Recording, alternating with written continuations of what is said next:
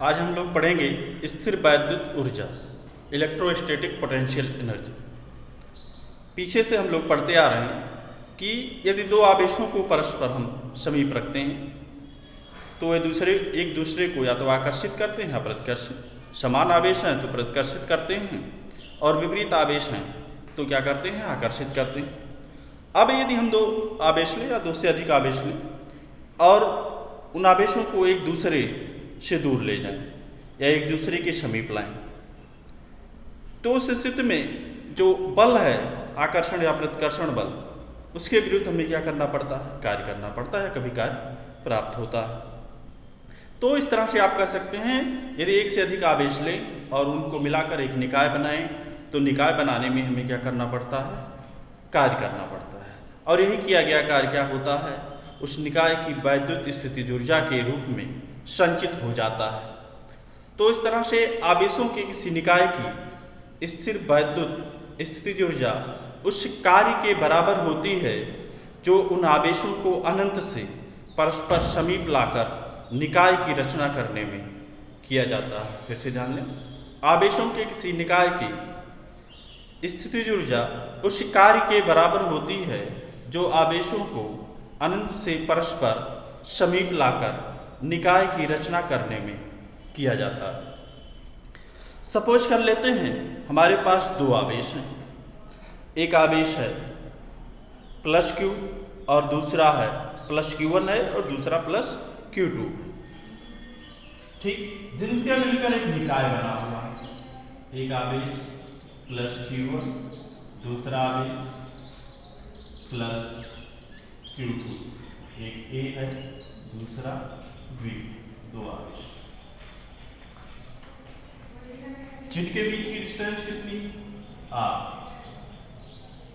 यानी एक निकाय की रचना की गई है जो दो आवेशों से निर्मित है, प्लस Q1 व प्लस Q2 आवेशों से निर्मित है, जो निर्वात या वायु में कितनी दूरी पर है, R मीटर की दूरी पर स्थित है। करना क्या है, हमें इस निकाय की स्थिर वैद्युत स्थितिज ऊर्जा ज्ञात करनी है, ठीक। इसके लिए हम मान लेते हैं कि जो दूसरा आवेश है आपका B पर स्थित है प्लस Q2, वह Q2 पर ना होकर अनंत पर है। कहाँ है, अनंत पर है। तो क्या करेंगे, मान लेंगे कि माना आवेश प्लस Q2 B पर ना होकर अनंत पर है। अब यदि B है ही नहीं, B पर आवेश, तो इस स्थिति में एक अकेला आवेश है आपका Q1। अब क्या करेंगे, Q1 के कारण हम B पर विभव ज्ञात कर लेंगे। तो प्लस Q1 आवेश के कारण V पर विभव, विभव के लिए बिंदु आवेश जैसा ट्रीट करेंगे Q1 को, और बिंदु आवेश जैसा ट्रीट करें तो हो जाएगा 1/4 pi epsilon 0 Q by R। ये आ गया विभव, ठीक। अब विभव की परिभाषा से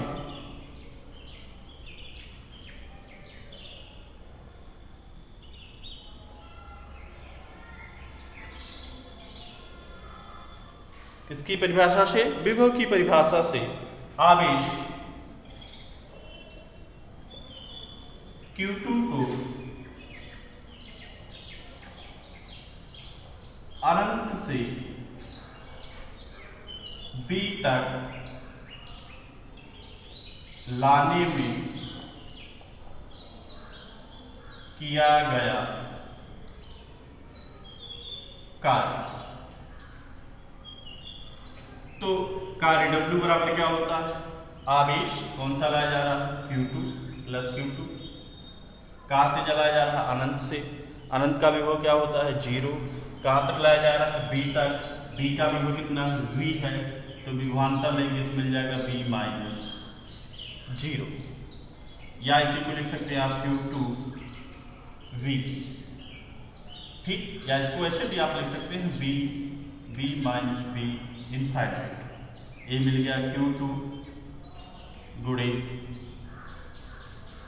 P का विभव VV ही है, और यहाँ का विभव क्या होता है, इनफाइनाइट का 0, या मान रख सकते हैं आप सीधे मान ही रख लेते हैं 1/4 पाई एप्सिलॉन नॉट Q/r-0, या हो गया, सॉरी यहाँ थोड़ी सी गलती हो गई, ध्यान दें, प्लस Q1 है तो इसको हम Q1 रखेंगे, यहाँ भी क्या रख देंगे आप तब Q1, हो गया 1/4 pi epsilon not Q1 Q2/r, ये मिल गया W। अब आप जानते हैं कि यही कार्य किया गया कार्य निकाय की स्थिति ऊर्जा कहलाती है। अनंत से आवेश को लाने में जो किया गया कार्य है ये क्या कहलाती है? निकाय की स्थितिज ऊर्जा कहलाती है।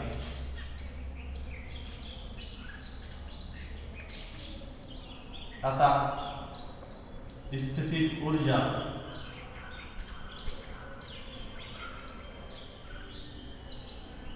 U = 1/4 pi epsilon not Q1 Q2/r। मात्रक आप जानते हैं क्या होता है? जूल। तो इस तरह से किसी निकाय की स्थितिज ऊर्जा ज्ञात की जा सकती है। अब यहां तो दो आवेश था, दो आवेशों के निकाय था। यदि दो से अधिक आवेश हैं तो हम कैसे स्थितिज ऊर्जा ज्ञात करेंगे? हाँ, एक बात का विशेष ध्यान दें, जब भी स्थितिज ऊर्जा हम ज्ञात करते हैं तो स्थितिज ऊर्जा में जो आवेश की वैल्यू है उसको चिन्ह सहित आप रखेंगे, यानी आवेश का मान चिन्ह सहित रखेंगे। पॉजिटिव है तो पॉजिटिव चिन्ह के साथ, निगेटिव है तो निगेटिव चिन्ह के साथ। और ये भी जानते हैं आप कि स्थितिज ऊर्जा कौन सी राशि? अदिश राशि। कैसी राशि? अदिश राशि। तो यहाँ दो आवेश थे, यदि दो से अधिक आवेश हैं तो उन आवेशों के निकाय की दो के जोड़े में हम अलग अलग स्थितिज ऊर्जा ज्ञात करेंगे और फिर उनका क्या ले लेंगे? योग ले लेते हैं। यदि दो से अधिक आवेश है तो दो का जोड़े में हम क्या करेंगे? उनके स्थितिज ऊर्जा ज्ञात कर लेंगे और सबका फिर क्या कर लेंगे? बीजगणितीय योग ले लेंगे। आइए देखिए कैसे।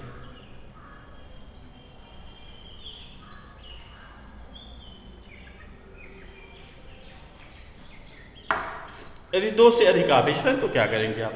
सपोज कर लें हमारे पास तीन आवेश है, Q1, दूसरा Q2, तीसरा Q3। अब इसमें चिन्हों पर विचार कर लेते हैं, पॉजिटिव है, निगेटिव है, पॉजिटिव। ये डिस्टेंस है R12, ये डिस्टेंस है R23, ये डिस्टेंस है R13। तो अब यदि यहाँ निकाय की स्थितिज ऊर्जा चाहिए U, तो इसको कैसे ज्ञात करेंगे? ये लिखेंगे आप 1/4 पाई एप्सिलॉन नॉट, ये तो टर्म रहता ही। एक जोड़ा लेंगे, पहला जोड़ा इसका लेंगे, तो Q1 पॉजिटिव है, Q2 निगेटिव है, चिन्ह के साथ रखेंगे, बीच की दूरी पर, फिर धन चिन्ह लगाएंगे। दूसरा निकालेंगे, यहाँ -Q2 है और Q3 है और अपान R23। फिर तीसरा निकालेंगे, तीसरा निकाय कौन सा है? Q1 Q3 लिखें या Q3 Q1 लिखें? Q1 Q3 दोनों पॉजिटिव हैं, अपान R1। इस तरह से आप अलग अलग लेकर आसानी से जो है कार्य की या स्थितिज ऊर्जा की निकाय की गणना कर सकते हैं। ध्यान दें, बस क्या करना है आपको? चिन्ह सहित रखना है। पहला निकाल लिया गया तो चिन्ह सहित इसकी वैल्यू रखी और इसके बीच की दूरी। दूसरा निकाल लिया गया, चिन्ह सहित इसकी वैल्यू रखी और इसके बीच की दूरी। तीसरा निकाल लिया गया तो चिन्ह सहित इनके भी मान, दोनों पॉजिटिव है इसलिए पॉजिटिव चिन्ह ही लगा रहे हैं और इनके बीच की दूरी रखी गई। इस तरह से जितने भी होंगे सबकी स्थितिज ऊर्जा आप आसानी से ज्ञात कर सकते हैं। और यहाँ देखें तो सबका जो योग लिया जा रहा है तो ऐसा योग आएगा, ये बीजगणितीय योग आएगा। अगले पॉइंट पर चलते हैं, विभव प्रवणता।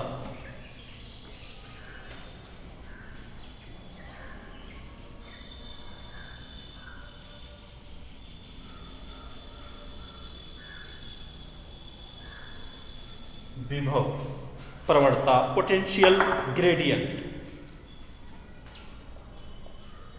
विभव प्रवणता, पोटेंशियल ग्रेडियंट।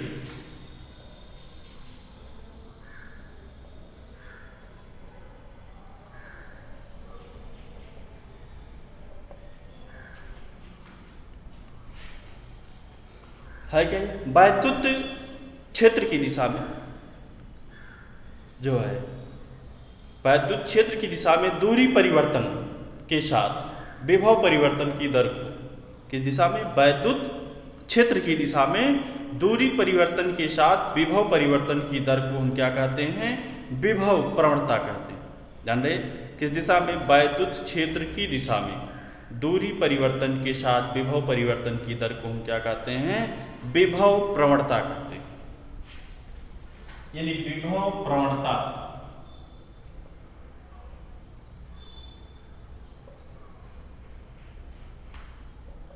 विभव में परिवर्तन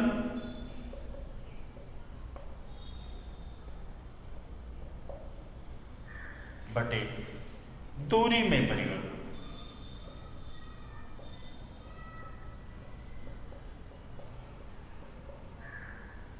ये होता है इसका फॉर्मूला। अब आइए देखते हैं, सपोज करते हैं हमारे पास यहाँ पॉइंट है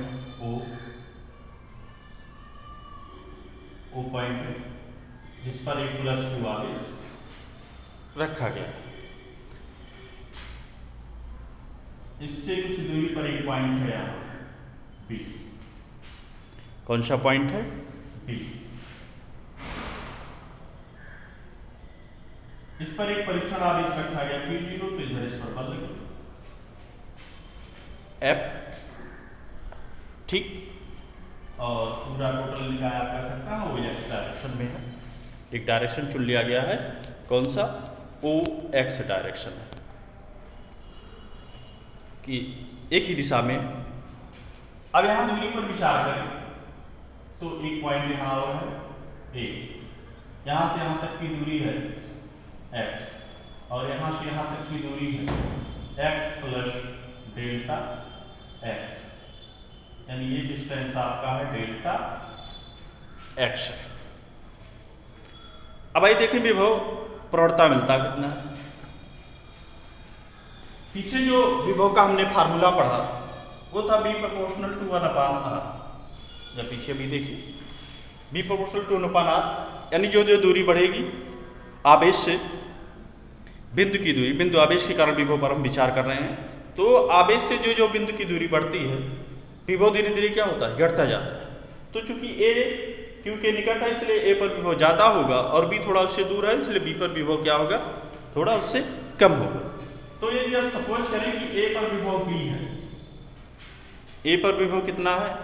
V है, तो निश्चित ही जो B पर विभव आ जाएगा यहाँ वो जाएगा B plus delta, sorry plus new minus delta, यानी B का विभव कम हो गया। किससे? A से, क्योंकि दूरी बढ़ने के साथ विभव क्या होता है? घटता जाता है। B proportional to 1/r।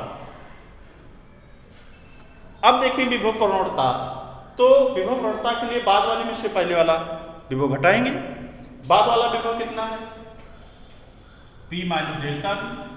इसमें से कितना घटाएंगे? A का विभव यानी माइनस B, अपन दूरी देखें तो बाद की दूरी x प्लस डेल्टा x, इसमें से कितना घटाएंगे? माइनस x, दूरी A की दूरी घटाएंगे। यहां से देखिए तो ये कितना आ गया? डेल्टा B, किस चिन्ह के साथ? B तो कैंसिल हो जाएगा माइनस चिन्ह के साथ, और यहां देखें तो x कैंसिल हो जाएगा, डेल्टा x। ये मिल गया विभव प्रवणता, यानी विभव प्रवणता बराबर मिल गया minus delta B by delta x के। किसके बराबर मिल गया? Minus delta B by delta x के, ठीक। तो इस तरह से ज्ञात कर सकते हैं। इसको लिख लेंगे आप कि प्लस Q आवेश है जिससे x दूरी पर एक पॉइंट A है, तथा x प्लस डेल्टा x दूरी पर एक पॉइंट B, B पर एक परीक्षण आवेश रखा है Q0, B पर क्या रखा है? एक परीक्षण आवेश Q0। A का विभव B है तथा B का विभव B माइनस डेल्टा B है, क्योंकि दूरी बढ़ने पर विभव क्या होता है? घटता जाता है। तो इस तरह से आपको मिल गया विभव प्रवणता। विभव प्रवणता बराबर विभव में परिवर्तन बटे दूरी में परिवर्तन। बाद वाले पॉइंट में से पहला घटाएंगे, पहला पॉइंट A है, दूसरा पॉइंट B है, तो B में से A घटाएंगे। और एक साथ का यहाँ भी देखना है कि वैद्युत क्षेत्र की दिशा में हो, तो वैद्युत क्षेत्र की जो दिशा होगी वो O से A होगी, ठीक। यानी किधर से किधर चलेंगे आप? A से B चलकर, तो A से B चलेंगे तो पहला पॉइंट A होगा, बाद वाला पॉइंट B होगा। जब भी विभव में परिवर्तन ज्ञात करना होगा तो B से का विभव में से ए का विभव घटाएंगे और दूरी में परिवर्तन ज्ञात होना होगा तो बी की दूरी से ए की दूरी घटाएंगे। दोनों वैद्युत क्षेत्र की दिशा में होनी चाहिए। जिस दिशा में बल लग रहा है उसी दिशा में क्या मिलेगा, यहाँ वैद्युत क्षेत्र भी मिलेगा। अब दूसरा पॉइंट इसी में देखते हैं, विभव प्रवणता तथा वैद्युत क्षेत्र की तीव्रता में संबंध। इसी में आगे देखते हैं, विभव प्रवणता हो गया, विभव प्रवणता है क्या, वैद्युत क्षेत्र की दिशा में दूरी परिवर्तन के साथ विभव परिवर्तन की दर को हम क्या कहते हैं, विभव प्रवणता कहते हैं। अब अगले पॉइंट पर विचार करते हैं, विभव प्रवणता तथा वैद्युत क्षेत्र की तीव्रता में संबंध।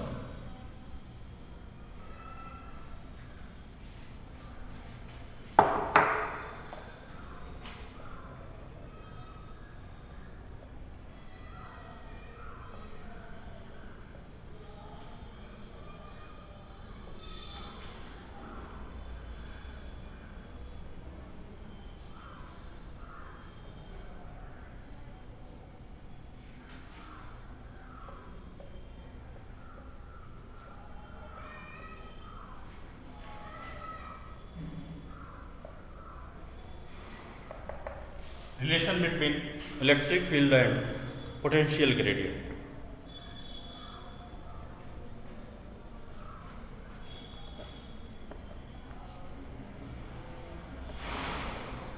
अब क्या सपोज किया गया, माना एक धन परीक्षण आवेश कहां है, बी पर, ठीक। यहां वैद्युत क्षेत्र कितना है, ई है। माना एक धन परीक्षण आवेश Q0 वैद्युत क्षेत्र E में बिंदु B पर स्थित है, ठीक। तो इस स्थिति में बिंदु B से A तक ले जाने में किया गया कार्य पहले हम ज्ञात करेंगे। उसके लिए सबसे पहले बल देखते हैं। तो यहां तो पहले ही मान चुके हैं हम लोग कि एक आपका आवेश है प्लस Q जो बिंदु O पर स्थित है, इससे x दूरी पर एक पॉइंट O है जिस पर विभव B है, और x प्लस डेल्टा x दूरी पर एक पॉइंट B है जिस पर विभव B माइनस डेल्टा B है। आगे क्या देखेंगे, B पर रखे परीक्षण आवेश Q0 पर बल। तो Q0 पर बल F बराबर किसके होता है, QE। यहां आवेश कितना, Q0, Q0 E हो जाएगा, जहां E क्या है, E B पर वैद्युत क्षेत्र की तीव्रता।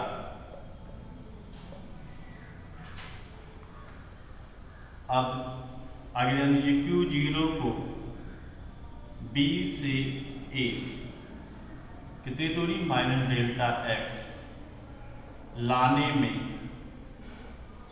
कृत कार्य W होगा, W बराबर किसके होता है, बल गुणे विस्थापन यानी माइनस डेल्टा x के, बल का मान Q0 E into minus delta x या W by Q0 equal E minus delta x के। अब यहां x को हम निगेटिव क्यों रख रहे हैं, क्योंकि बल किधर लग रहा है, A से B डायरेक्शन में, और हम आवेश को ला किधर है, B से A डायरेक्शन में। यानी बल और विस्थापन कैसे हैं, परस्पर विपरीत दिशाओं में है, इसलिए चाहे बल को निगेटिव चिन्ह के साथ रख लें या दूरी को निगेटिव चिन्ह के साथ रख ले रहे।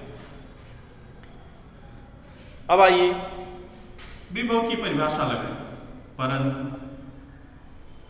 विभव की परिभाषा से, विभव की परिभाषा से पढ़ा था W बाई Q0 बराबर VA माइनस VB, ये तो पढ़ा था आपने। तो यहां भी VA माइनस VB लगा ले, VA माइनस VB या W बाई Q0, इसको समीकरण लिख लेते हैं। VA का विभव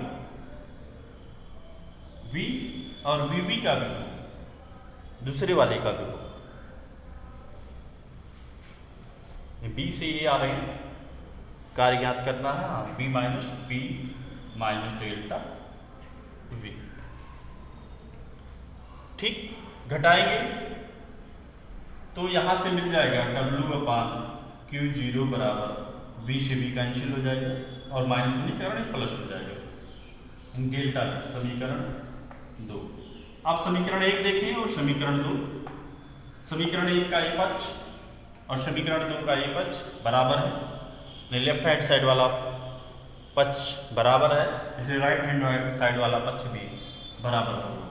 तो यहां से लिख सकते हैं आप कि E into minus delta x बराबर डेल्टा बी के, कहां से, समीकरण 1 तथा 2 से, या E बराबर मिल जाएगा आपको minus delta B by delta X. लेकिन इससे पहले देखिए, तो अभी जो विभव प्रवणता पढ़ा वो भी मिला था हमें minus delta B by delta X के। ठीक, यहां देखें तो delta B by delta X क्या है, दूरी के साथ विभव परिवर्तन की दर है, और इसी को क्या कहते हैं, विभव प्रवणता कहते हैं इसी पॉइंट को। यानी ये बराबर किसके मिल गया, विभव प्रवणता, इसके बराबर विभव प्रवणता। किस चिन्ह के साथ, ऋण चिन्ह के साथ, ऋणात्मक चिन्ह के साथ विभव प्रवणता मिल गई। ठीक, तो अब आप वैद्युत क्षेत्र को भी और विभव प्रवणता के बीच का संबंध मिल गया। क्या मिला कि वैद्युत क्षेत्र में किसी बिंदु पर वैद्युत क्षेत्र की जो तीव्रता है उस बिंदु पर, ठीक, वैद्युत क्षेत्र की दिशा में, किस दिशा में, वैद्युत क्षेत्र की दिशा में ऋणात्मक विभव प्रवणता के बराबर होती है। किसके बराबर होती है, ऋणात्मक विभव प्रवणता के बराबर होती है। तो फिर से डिफिनीशन पर ध्यान दें कि वैद्युत क्षेत्र में किसी बिंदु पर किसी दी हुई दिशा में वैद्युत क्षेत्र की तीव्रता उस बिंदु दी हुई दिशा में वैद्युत क्षेत्र की तीव्रता उस दिशा में ऋणात्मक विभव प्रवणता के बराबर होती है। फिर से ध्यान दें, वैद्युत क्षेत्र में किसी बिंदु पर किसी दी हुई दिशा में वैद्युत क्षेत्र की तीव्रता उस दिशा में ऋणात्मक विभव प्रवणता के बराबर होती है। आइए फिर से और आगे इस पर देखते हैं। यदि आगे बढ़े हम लोग तो इसके मात्रक को देख लेते हैं, विभव प्रवणता के। विभव प्रवणता का मात्रक